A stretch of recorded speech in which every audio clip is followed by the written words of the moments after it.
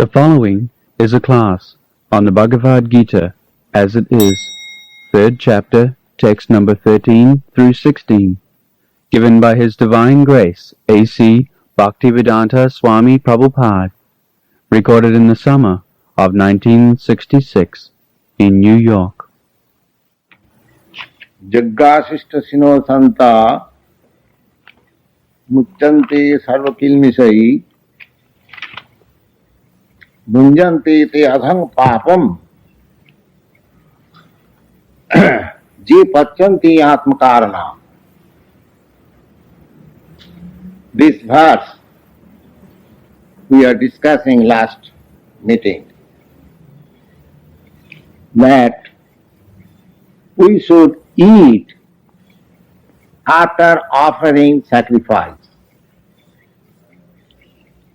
Lord Krishna says that things which are eatable we receive by the grace of the Lord, we should acknowledge it. We should not be forgetful that our eatables which come to us, they can be manufactured by our sweet will. No. The arrangement is so nice in the administration of nature that we shall get all our necessities of life by the grace of God, and our duty is to advance ourselves in the right knowledge of our spiritual existence without unnecessarily engaging ourselves for sense gratification. That is the difference between human civilization and animal life. The beginning of our Bhagavad Gita lesson is based on that we are spirit consciousness. We are not this body. And the whole function of the human society is to be enlightened in that spiritual consciousness of life, instead of wasting time in sense gratification like the animals who are concerned with eating, sleeping, fearing and mating. That is the background of this discussion, that we are different from the ordinary animals. So the common factor of animal life and human life is these four principles of bodily demands, namely that we require to eat, and we require to sleep, we require some defensive measures for protecting ourselves from the enemy, and we require some extent of sense gratification. That is the needs of my body. They are not the needs of myself as I am, spirit soul. Now, if I want to get rid of this bodily encasement or the threefold miseries of material existence, then I must put myself under treatment. Just like a diseased man goes to a physician for treatment to get out of it, to get relief from the sufferings of the disease. Similarly, our material existence consisting of threefold miseries and birth, death, old age and diseases. If we are actually conscious for our happiness, we must make a permanent solution of this misery. That is the mission of human life. So, for making that mission fulfilled, we have got developed consciousness than the animal. That developed consciousness should not be misused only for the animal propensities of life.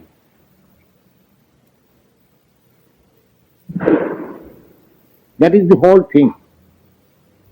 And therefore, Lord Krishna says that in order to reach to that stage of perfection, you should work.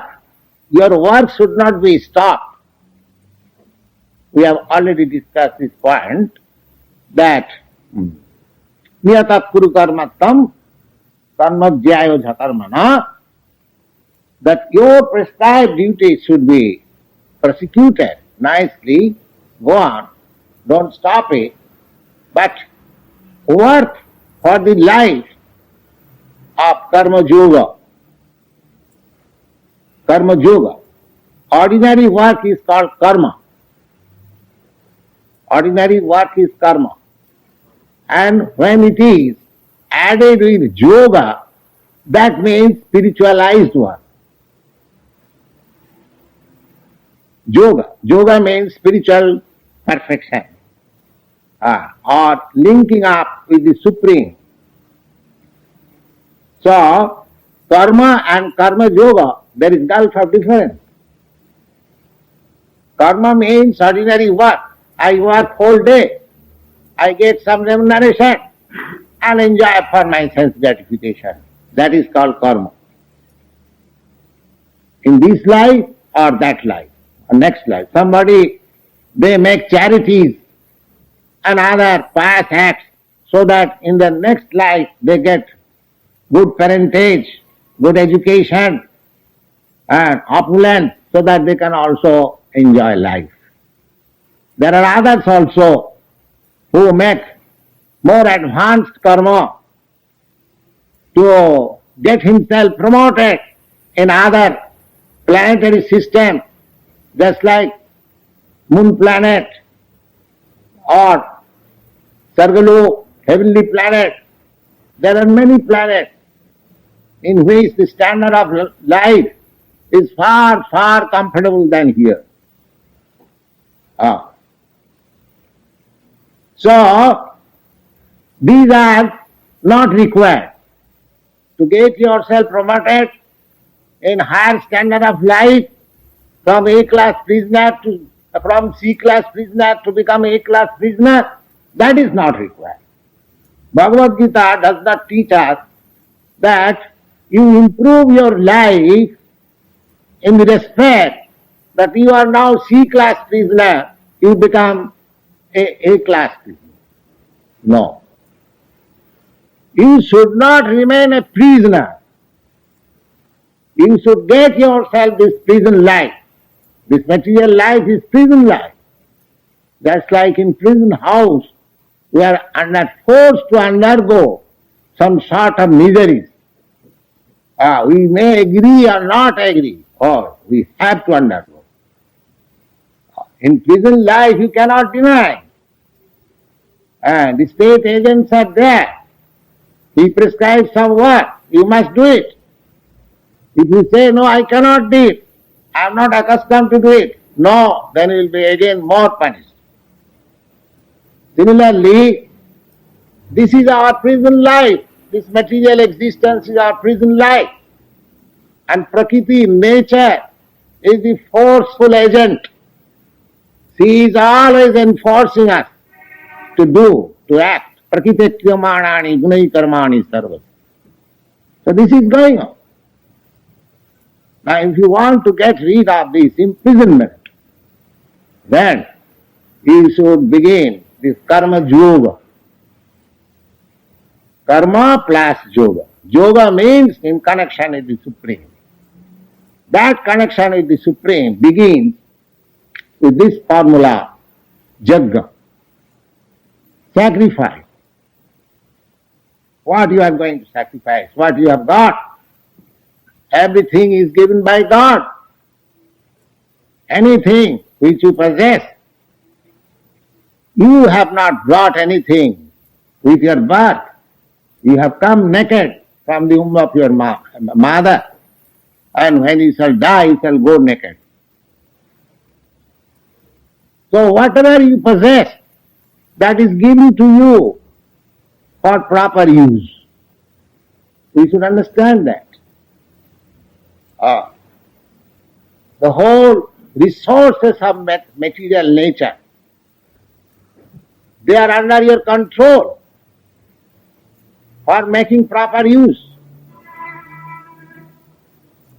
You can live comfortably, you can eat comfortably, you can live peacefully without any creating animosities or quarrel with your neighbors, and prosecute your spiritual life so that you get rid of this material existence.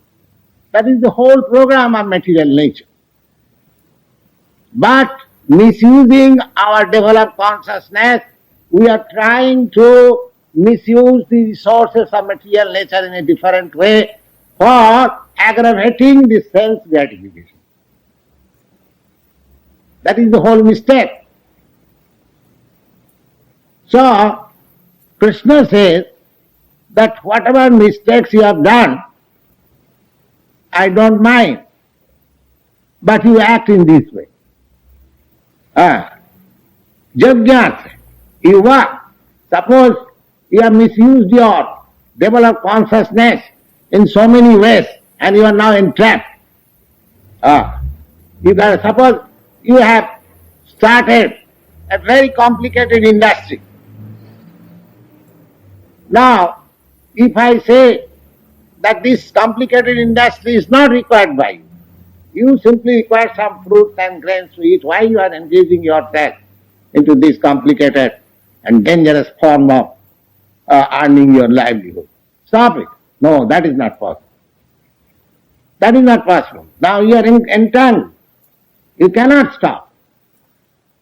Sri Krishna says that don't stop your work, but by the result of your work, you try to make sacrifice for the cause of the Supreme. Then your entanglement will be automatically loosened. The whole energy which you apply in your industry, if the result is offered to Krishna, that means that energy is utilized for Krishna. Not for that industry, but for Krishna.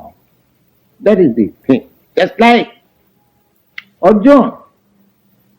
What was he? He was a military man. He was not a sage. He was not a learned Brahmin. He was ordinary, royal family, belonging to a royal family, kingly order, and a householder, family man, having children, wife, and a military man. But how Arjuna became the greatest devotee of Lord? The Lord sacrificed, bhaktosi, priyosi me. My dear Arjuna, you are my very dear friend as well as a great devotee. Now, what is the reason? He was not a sannyasi, he was not a Vedantist, he was not a philosopher, nothing of the sort. Still, you will find in the 4th chapter, Lord says, oh, my dear Arjuna, you are very dear to me and you are my great devotee. Now, if a person becomes very dear to the Supreme Personality of Godhead, then what else he wants more? How he became so? He became by this karma yoga. Karma Yoga. He was a military man, and the problem was before him whether to fight with his kinsmen or not. That was his problem. Now mind that, he was fighting man in the beginning before hearing the Bhagavad Gita, and he remained a fighting man after hearing Bhagavad Gita. Similarly, suppose you are engaged in some particular type of work before hearing this Bhagavad Gita, and after hearing and understanding Bhagavad Gita, you will have to remain in the same position. Not that after hearing this Bhagavad Gita, as you are kindly coming here, you will have to take a dress like me and leave up your family connection and become a mendicant like me. No, no. It is not meant like that. You have to change your mentality, that's all. What is that mentality? That mentality is that you are working for your sense gratification, and you have to change your mentality for gratifying the sense of the Supreme Law. That's all. We are working, ordinary work means for working for our own sense gratification. I want to eat this, so I eat. I purchase from the market. Oh, this is very nice thing. It is palatable to my tongue. Oh, purchase it, I shall eat it. Now, when you become conversant with the philosophy of Bhagavad Gita, you have to think whether this thing is palatable to the tongue of Krishna. That's all. Now you are thinking, let me purchase from the store this nice thing. It's very palatable to my taste. And when you actually become a learned scholar of Bhagavad Gita, at that time you will have to think whether this thing will be palatable to Krishna. That's all. The whole thing is there. When you learn that thing, when you want to please Krishna, not yourself, then you become an expert spiritualist. That's all. So it is not a very difficult thing. Very easy. Simply, we have to learn how to reach that stage of life. You haven't got to change anything. The same thing example. So Arjuna, there was a military man, a householder, a family man, before hearing Bhagavad Gita, and he remained the same family man, the same military man, but he became a great devotee of the Lord. That technique we have to learn. That technique is that Arjuna in the beginning, he did not like to fight because he wanted to gratify his senses. He thought that I shall be happy if I do not fight with my kinsmen, because in the fighting my kinsmen will die and I shall be sorry. What is the use of fighting like this? That means the whole thing, whole program is according to his own sense gratification. He did not know that this war field, this battle of Kurukshetra, was organized by Sri Krishna to kill all unwanted men of the world at that time. All unwanted men of that world. That was his plan. Now, this was disclosed to Arjuna. In the 11th chapter we will find that, my dear Arjuna, I have given you all kinds of instruction to induce you to fight in this battle. But know you perfectly well that either you fight or do not fight. I do not mind. All these men who have assembled here, they are not going back home. They will be killed here. It is already settled. It is already settled. Now if you want to take the credit, you can apply your hand for fighting. That's all. So, anything that is going on in this world, it is under the supreme supervision of the law. Maya dhakshena pratiti svete sacharacharam. In every, there is a philosopher saying, not a blade of grass moves without the will of God. It is actually the fact. Everything. Now we have to dovetail ourselves with that plan of the Supreme Lord. That is called karma yoga. That is called karma. So Arjuna understood it and he dovetailed himself with the supreme will of the Lord. And when he was inquired whether you are going to fight or not, what you have settled after hearing Bhagavad Gita, he said, yes, Krishna, my illusion is now removed by your grace and I have decided to fight. That's all.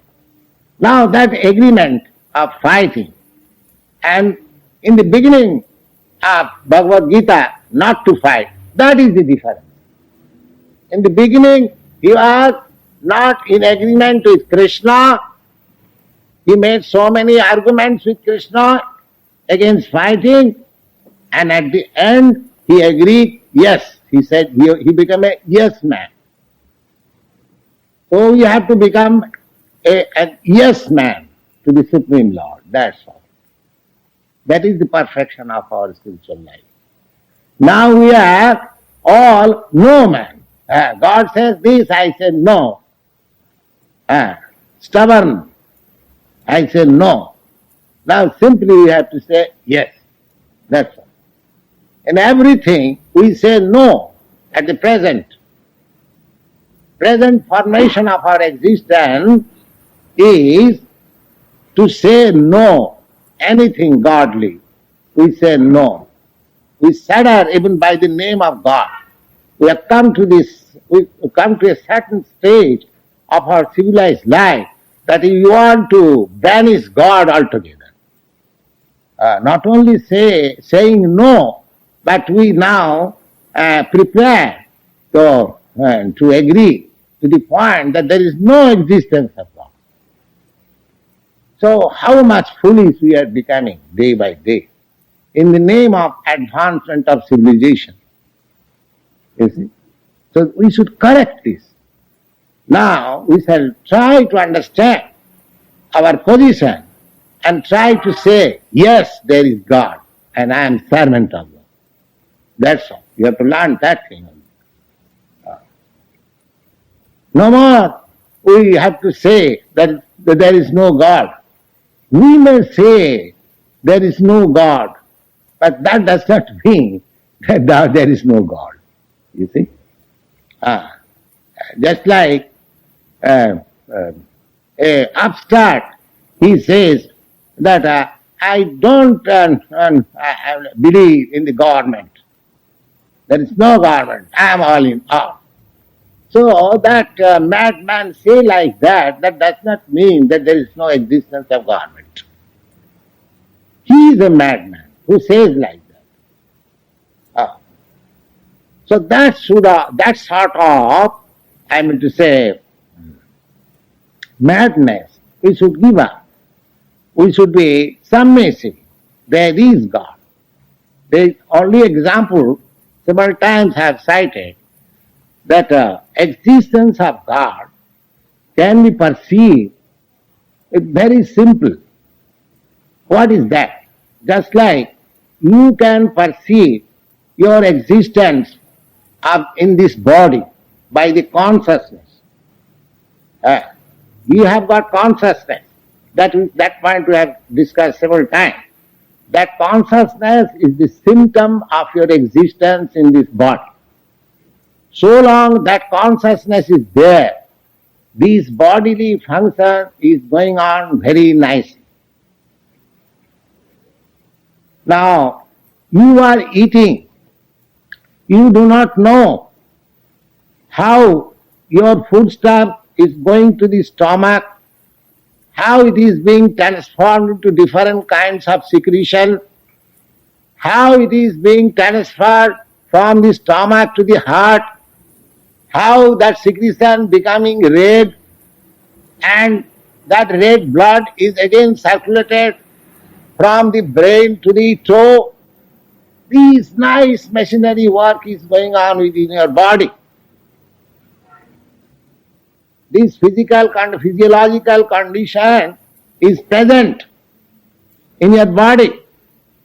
You are taking your foodstuff, the necessary juice, vitamins are taken by the stomach, it is distributed, and the exhaustion of your body is supplemented, and the unnecessary things evacuated by stool, urine. The nice thing is going on. Now, as soon as this consciousness is stopped, will this function go anymore? No more. You will find the same brain is there, the same heart is there, the same stomach is there. By dissection of the body, you will see the same veins, everything is there, complete. But only thing is wanting that consciousness, therefore everything is stopped. This is a common factor, everyone can know it. Similarly, the whole cosmic manifestation which is present before you, so nicely going on, don't you think there is a consciousness behind it? How can you deny that there is no consciousness in the matter of sun rising, moon rising, seasonal changes, and so many planets floating in the air? So many wonderful things are being done in the material nature. Do you think it is without being done consciousness? No, there is also consciousness. Just like for the management of your own body, due to the consciousness, everything is being well done. Similarly, everything that you see very nicely, well done in the material nature, that is also being done by superior consciousness. This is human reasoning. How can you deny it? Can you deny it? I don't think any sane man can deny it. But similarly, as your consciousness is a symptom of your presence, you are spirit soul. Similarly, the supreme consciousness is the symptom of the supreme soul or God, the supreme God. This is the position. Now, as consciousness, we are part and parcel of the supreme consciousness. Therefore, the whole business of our life is to dovetail our activities with the supreme plan. That is called karma yoga. That is called karma. Eka bahushyama. In the Vedic literature, you will find that God has expanded himself into many. Just like the father expands himself into many children. The children is nothing but expansions of the body of the father. Similarly, we all living entities, spiritual parts, or living souls, we are also expansion of the Supreme Spirit. Now, the reasoning why the Supreme Spirit soul expanded himself into so many. What is the purpose? We have to understand. Now you can take the example What is the purpose of fathers expanding himself into children? A father takes the responsibility of maintaining the children. Why? Why he takes such grave responsibility? A family man. That's why his answer just to have a happy and enjoyable life. That's all. Similarly, God has expanded into so many living entities because He wants enjoyment. He wants enjoyment. Because you'll find in the Vedic literature that the nature of God is Satchidananda Vigraha, Anandamaya Abhyasa. By nature, He is enjoying. So, we must understand that God has expanded Himself into so many living entities just for His enjoyment. Now, we are meant for, just like father is sons, children are meant for satisfying the father. Similarly, this is a common sense affair that we living entities, we are meant for satisfying the Supreme. That satisfaction of the Supreme can be done by performance of yoga. That is the beginning.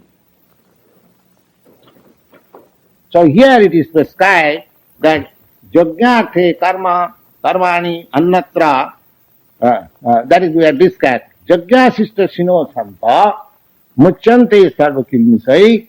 If we perform sacrifice for the satisfaction of the Supreme, then the result will be that we shall be free from all reaction of our sinful life. And if we do not do that, bhunjante te tadhang papa je pachanti atmakaranat. Atmakaranat means simply for his own sense gratification. Now that yoga, I have several times and before you have explained that asnati. Asnati means one who eats. So our yoga begins from the eating. Because eating is the first item of the necessity of our life. Eating, sleeping, fearing and mating. Now eating is essential. So here in the Bhagavad Gita openly speaks that just control your eating process in the yoga. Just begin your karma yoga from the eating formula.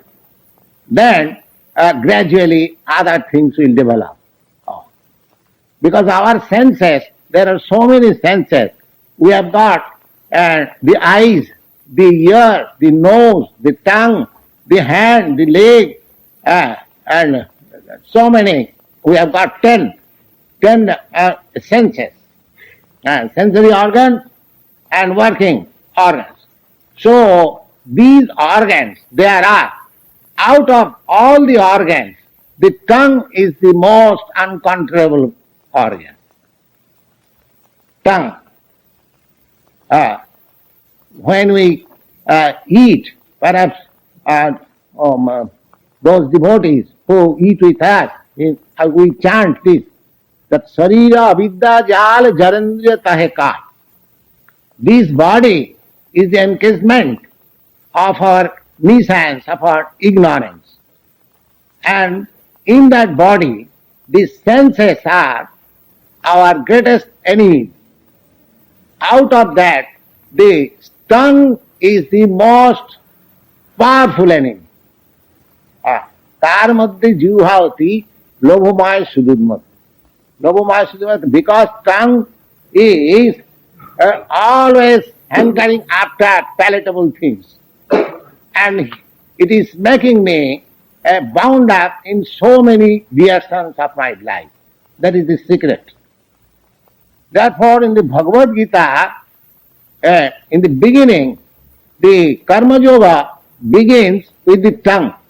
Yajñāsisto sinasam. we have to eat.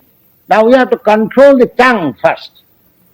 How we can control the tongue?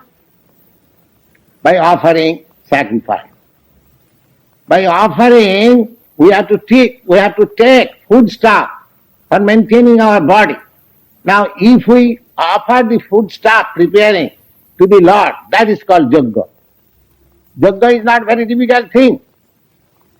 You are preparing food stuff for eating at your home. You have simply to prepare that food stuff in a nice way so that you can offer to Krishna. That's all. Your process of eating or your process of securing ingredients for eating or your cooking, nothing is stopped. Only thing is required that instead of cooking for yourself, for the satisfaction of your tongue, you please cook it for satisfaction of Krishna. And take the prasadam afterward. Now take for example, the other day we had some feasting. We cooked it nicely and offered Krishna, and then you took. What was the difficulty there? Was there any difficulty? So many gentlemen, you are present here who took partook of that prasadam, how nicely it was prepared and how we enjoyed. So is yajna a very difficult thing? So it is not at all difficult. Simply we have to adopt the principle. That's all.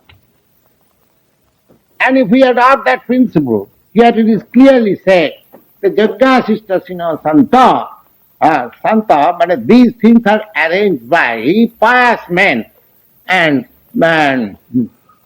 devotees of the Lord. Ordinary men, they don't care. What is this nonsense yajna? Let us go to the hotel and check to us correct. You see? That is another thing. But those who are serious about solving the problems of life, let them take to this yajna principle. Is it very difficult? Not at all. It is rather pleasurable. What do you think, Mr. Green? You are also present that day. Did you not like? Huh? So, yajna is not difficult.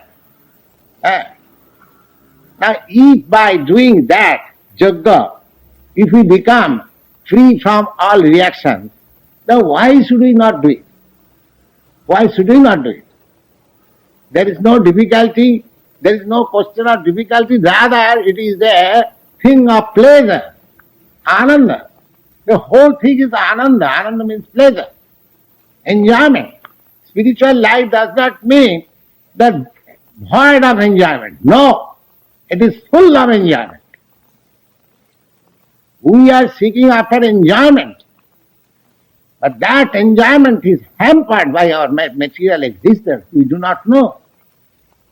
We are trying to squeezing out the senses and trying to have material pleasure. This is nonsense, because we do not know what is spiritual life. Spiritual life means unlimited pleasure. There is a verse describing about Rama. Hare Rama, Hare Rama, Rama Rama, Hare Hare. We chant. Now what is the meaning of Rama? That is described. Ramante yogina anante satyanande chidatmani iti Rama padena so parabrahma vidhiyate. Rama means Raman. Raman means enjoyment. The yogina, now mind that karma yogi, those who are yogi, those who are trying to get spiritual life, regain their spiritual vitality, they are called yogi. There are different kinds of yogi. Karma yogi, jnana yogi, dhyana yogi, raja yogi. The highest of all of them is the bhakta yogi or the bhakta. Yoginamapi sarvesam madgata antaratmana saddhavan bhajati jo mam tami jukta tamo mataha. You find it. The highest yogi is he who is only Krishna conscious. Simply his life is full of Krishna consciousness. He is always trying to satisfy Krishna. That's all. And to satisfy Krishna is the easiest thing. Is the easiest thing of all yogic process. You haven't got to show your gymnastic power. No. Simply prepare your good food stuff, offer to Krishna, chant Hare Krishna and enjoy life. Yoginamapi sarvesam. He is the best yogi. Best yogi. That is, you'll find it. So begin it. What is the difficulty there? So far the techniques are required. We are present. The books are there, the literature are there, the authorities are there. Simply we have to agree, yes, yes ma'am. Simply you have to agree, yes. Henceforward we shall become karma yogi. Then from that very point your life begins. Karma yogi. Yes man, mind that. That instead of saying no to Krishna, just like Arjuna said no in the beginning, no sir, I am not going to fight. You don't try to induce me, my dear Krishna. No. He argued so many things with Krishna. And then at the last moment he said, yes, I shall fight. So from no man to yes man, that's all. So we have to agree. Now, we are now no man. We say everything about God, no. Now, we have to learn, yes. So you become yes man and begin this karma yoga, beginning from your life of eating, because eating is required. Without eating, you cannot exist. Therefore, Bhagavad Gita teaches you that you begin your karma yoga from the point of eating. Jagga Sishta Sino Santa Muchanti Sarvakilnisai Bunjante Te Adhang Papa Je Pachanti Atmakarana.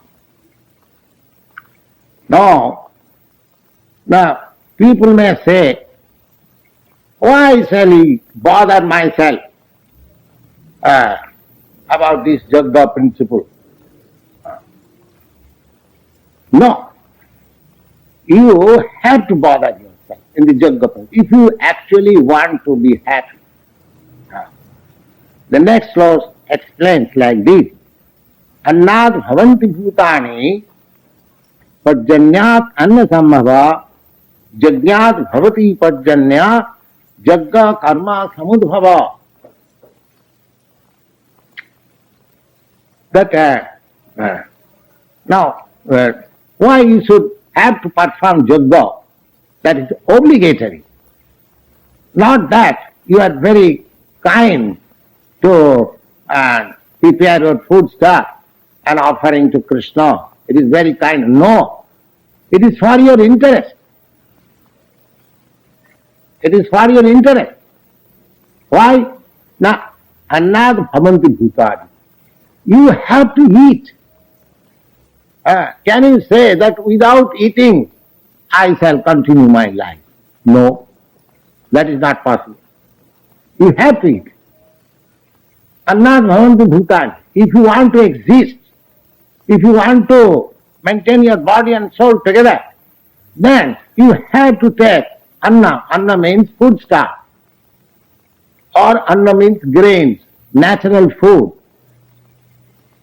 Generally, anna means food stuff, and another technical meaning of anna means grains, which is produced from the land for eating of the human being. For human being, so many things are produced from the land, the grains, the fruits, the vegetables, so many things. They are meant for human being. The grains are not meant for the tiger. The grains are meant for the human being. The fruits are meant for the dogs. The fruits are meant for the human being.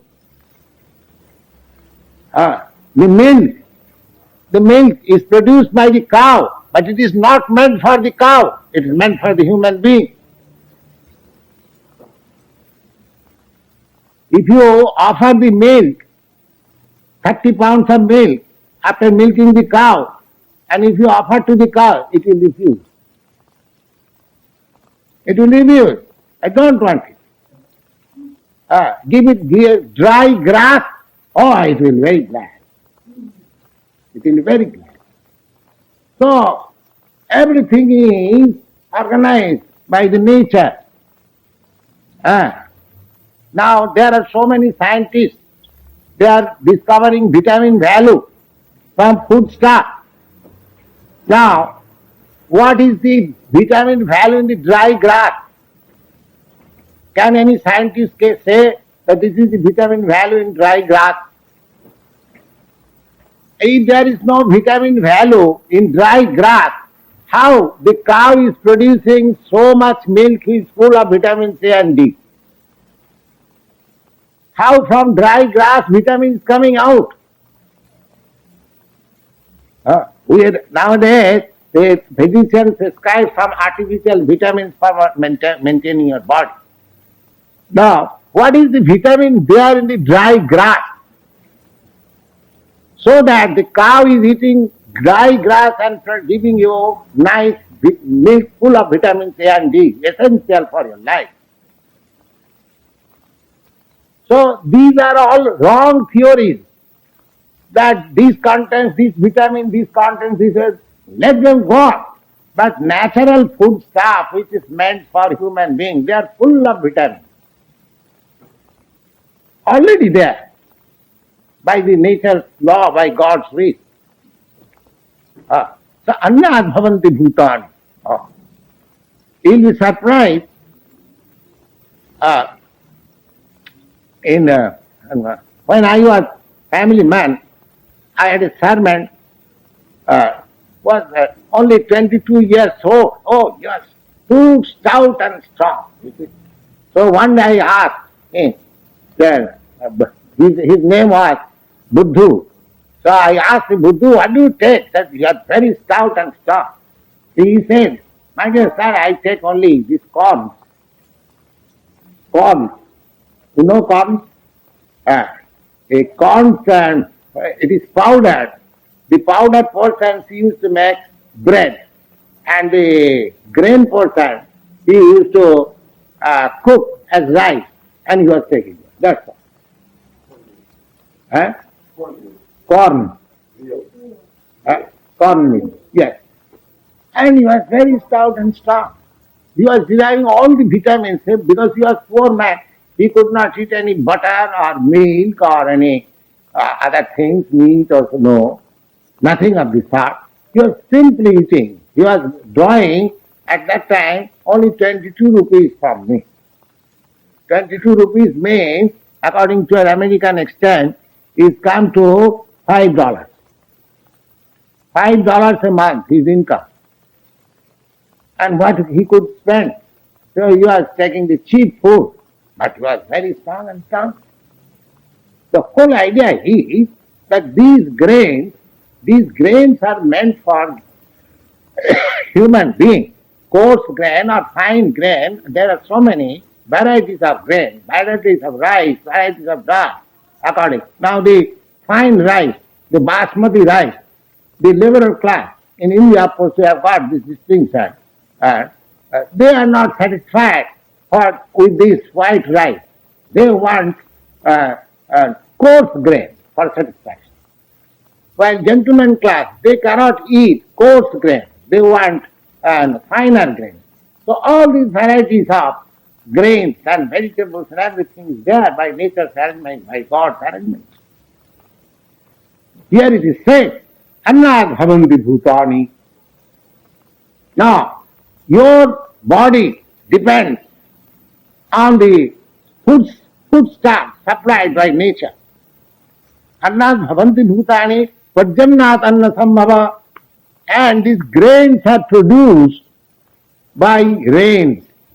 Pajjanna. Pajjanna means regular rainfall from the sky by the arrangement of God. It is not your arrangement.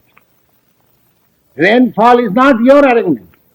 It is supernatural arrangement. If there is regular rainfall, then it can produce all the necessities of our life. I think, Carl, you were reading from the Bhagavad Gita about Maharaj Yudhishthira's reign during his kingdom, how rainfall was regular and the necessities of human being were being produced. So here it is the same thing. Anna, the grains are life subsistence, human beings. Anna bhavanti bhutani, and grains are produced by regular rainfall. Pajjannat anna samma. Pajjanna means rainfall. And jagyat bhavati pajjanna. And rainfall is produced when you offer jagga, sacrifice to the Lord. Regular rainfall will be possible when people are engaged in the jagga. Otherwise, nature will control rainfall. For want of rain, all your arrangement, mechanical arrangement, tractors and all these things will all fail if there is rainfall. There is no rainfall. So, control of the rainfall is not in your hand. It is in supernatural power. So here it is said that rainfall is made possible by offering jagga, by sacrifice. Pajjannat, jagyat bhavati pajjanna, jagga karma samudbhuva. And jagga is prescribed according to the Vedic ritual. Now just see the link. Living entities, they can develop by eating grains. Grains are produced by rainfall. Rainfall is made possible by offering sacrifice. And the process of sacrifice is given in authoritative scriptures like Bhagavad Gita, Bhagavad, and Vedic Gita. What is the process? So, because the beginning is from the Brahma. Brahma means Veda, transcendental sound. Therefore, if we work according to the direction of this Bhagavad Gita or Veda, then the whole thing becomes, the spiritual life. Whole thing becomes spiritual. Because karma jagga, sir. Jagga karma samudbhavam. Karma. And if your karma is regulated by the direction of Krishna, just like Arjuna regulated his karma, his warfare by the direction of Krishna, then by regulation of karma, you perform jagga, sacrifice, and from for your performance of jagga, sacrifice, there is regulating rainfall, and from regulating rainfall, there is sufficient production of grains and foodstuff, and from your sufficient foodstuff, you can grow yourself, body, maintain your body very nicely. The whole program is like that. Annad bhavanti bhutani, pajjannat anna sambhava, jagyad bhavati pajjanna, jagga karma samudbhavam. Karma brahma bhavam vidhi, and the nature of our karma, how we should work, that is directed. That is directed in Vedic literature, just like Bhagavad Gita, just like Arjuna was directed. The karma brahma vidhi, brahmakhara samudbhavam, tasmat sarvagatam brahma nitta jagge pratishthitam.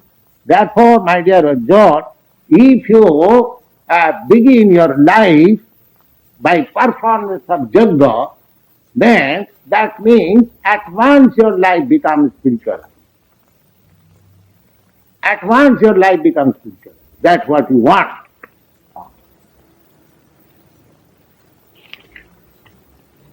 Evang pravartitam chakra. Nanu bhakti ha. Nanu bhartayati yaha ja.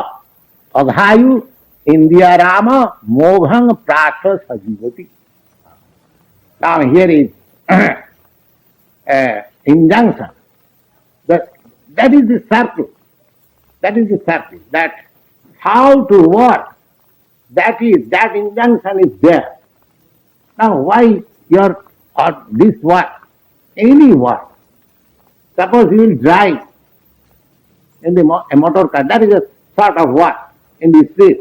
Or there is injunction that you should drive on the right. You should stop your car when there is red light. You should not proceed an inch. So many regulations.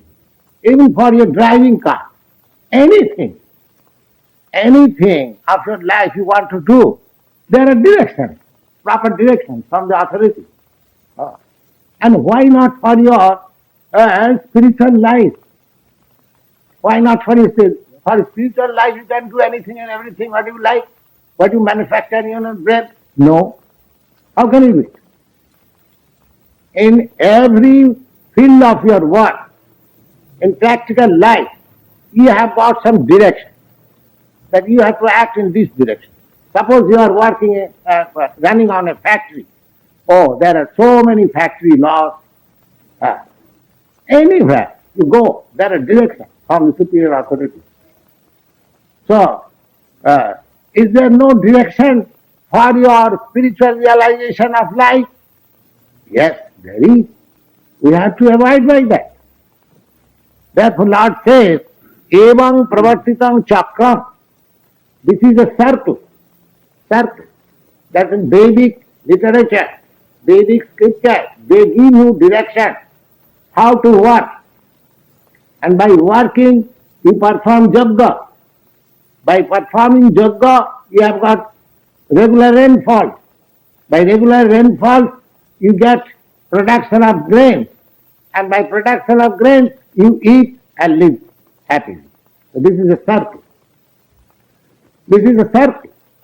So Lord Krishna says, Evang pravartitam chakram. Chakram means circle. This is a circle. Nanu vartayati iha ja. One who does not follow this circle of activity, aghayu, he is simply spoiling his life. He is simply aghayu. Aghayu means the duration of life. His duration of very valuable human form of life is simply wasting. Why? India Rama, simply for sense gratification like the cats and dogs and hogs. Aghayu India Rama, mogham patha sarujyoti. His life is now doomed. His life is now doomed. So this is the injunction of Lord Krishna. Evang pravartitam chakram nanu vartayati iha ja. Anyone who does not follow this circle of activity, then it is to be understood that he is spoiling his valuable human life and his life is doomed. Hare Krishna. Now if there is any question.